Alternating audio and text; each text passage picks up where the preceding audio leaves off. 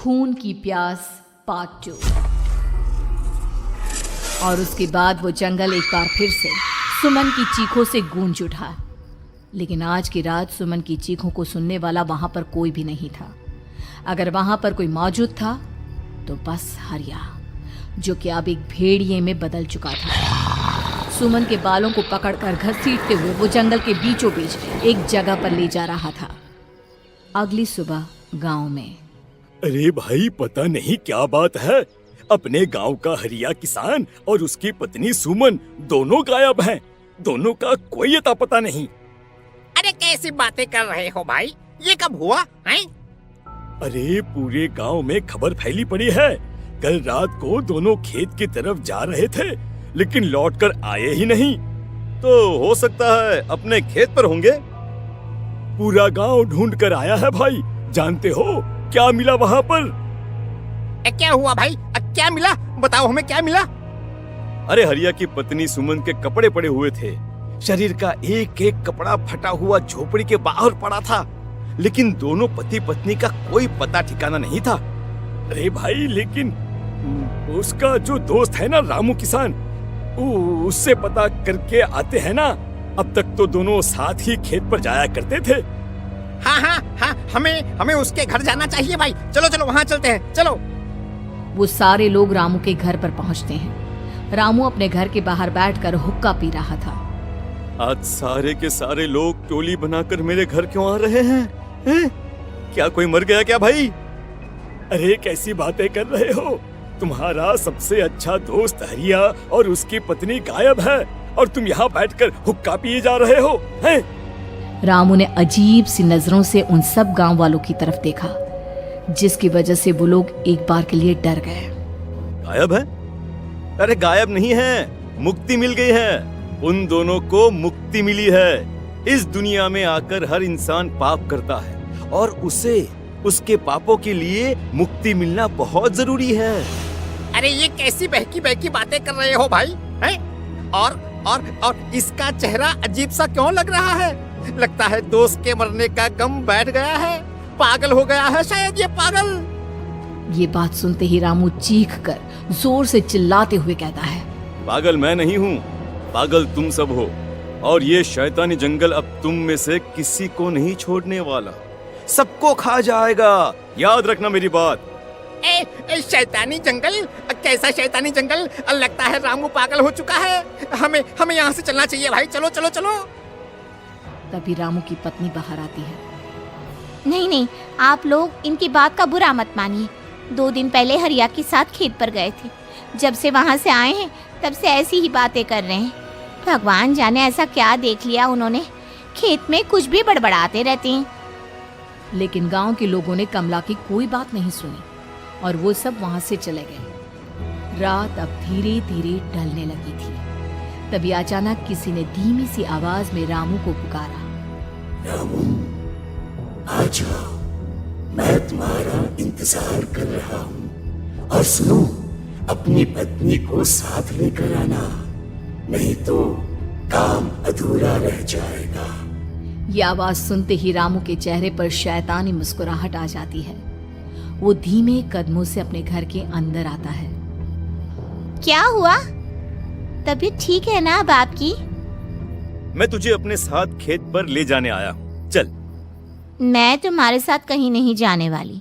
मुन्ना गहरी नींद में सो रहा है, और उसे अकेला छोड़कर मैं तुम्हारे साथ खेत पर नहीं आ सकती।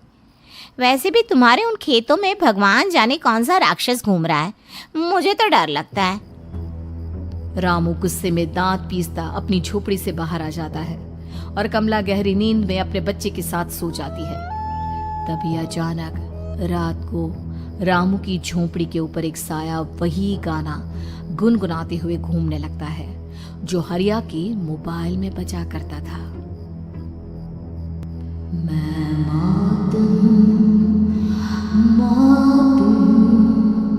मौत जो पसरी है चारों ओर, जो आएगी कहीं से भी निगल जाएगी सबको। मैं मौत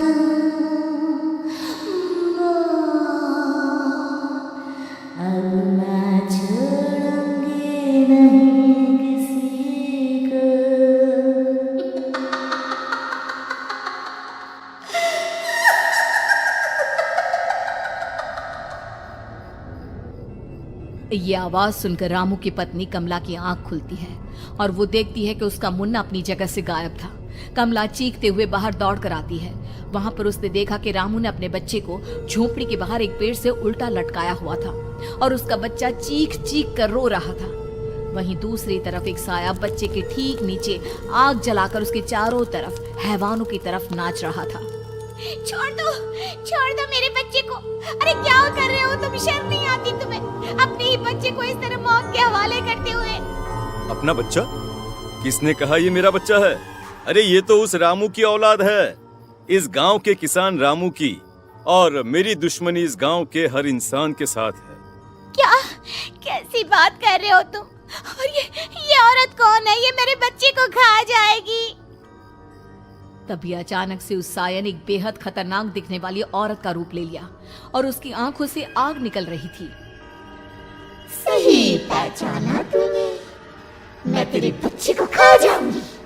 अगर तू अपनी इस हैवान पति रामू के साथ जंगल नहीं आई तो मैं तेरे बच्चे को खा जाऊंगी। लेकिन क्यों?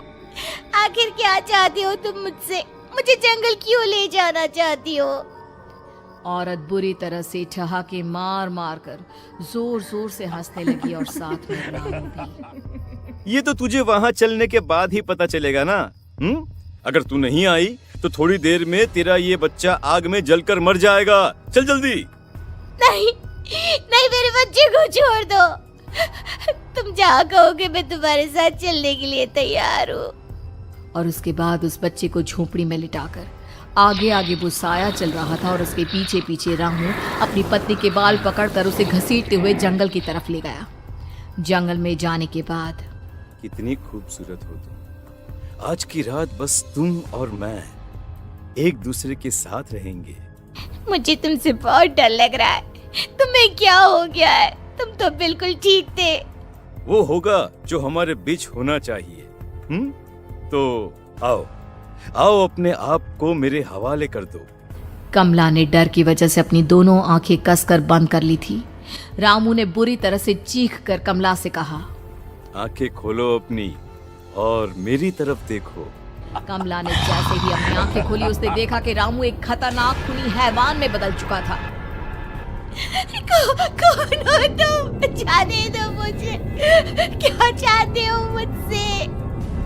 वही जो एक आदमी एक औरत से चाहता है। मैं तुम्हारा पति रामू नहीं, बल्कि इस जंगल का एक भेड़िया हूँ, और आज की रात तुम्हारे खून से अपनी प्यास बुझा जाऊं। और उसके बाद वो जंगल कमला की दर्दनाक चीखों से गूंज उठा। अगली सुबह कमला के कपड़े भी जंगल में उसी तरह पाए गए जैसे कि सुमन के पाए गए थे। इस घटना के बाद पूरे गांव में दहशत का माहौल था। अपने माँ बाप की मौत और गांव में हो रहे इस तरह की घटनाओं की खबर सुनकर किशन शहर से गांव लौट आया था। अपने माँ बाप की बेदर्द मौत की वजह से वो बहुत परेशान था। तभी अचानक उसे अपने घर में खाट के नीचे पड़ा हुआ वो मोबाइल फोन मिला जो उसने अपने पापा हरिया को गिफ्ट किया था। अरे कितने प्यार से पापा के लिए मोबाइल फोन लेकर आया था। इसे एक दिन भी काम में नहीं ले पाए। और आखिर कौन है जो गांव में इस तरह की हत्याएं कर रहा है? क्या है इन सब के पीछे? क्या है? मुझे पता करना ही होगा, वरना एक दिन पूरा का पूरा गांव खाली हो जाएगा। इस गांव में एक भी जिंदा इंसान नहीं बचेगा। गांव के लोगों की मदद करने के इरादे से किशन अपने गांव से दूर एक दूसरे गांव में बहुत बड़े तांत्रिक के पास मिलने के लिए गया। तांत्रिक बाबा, अब आप ही कुछ उपाय बता सकते हैं। भगवान जाने हमारे गांव को किसकी नजर लग गई है। नजर नहीं लगी है, किसी ने तुम्हारे गांव को बद्दुआ दी है।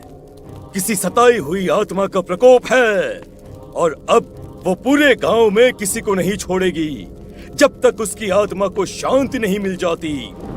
अरे लेकिन ऐसा कौन है बाबा?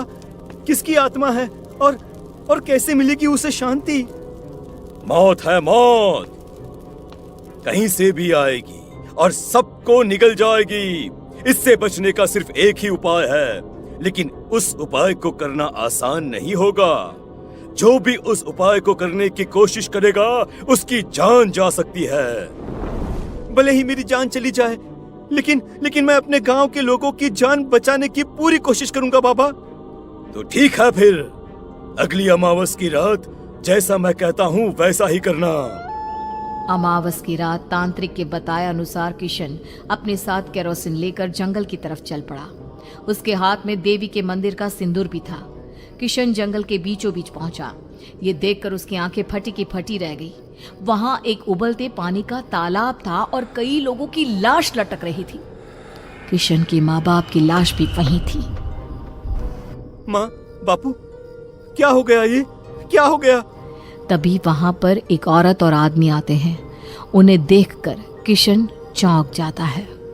गोपाल काका, आपकी तो 5 साल पहले मौत हो गई थी। और निर्मला काकी, आप?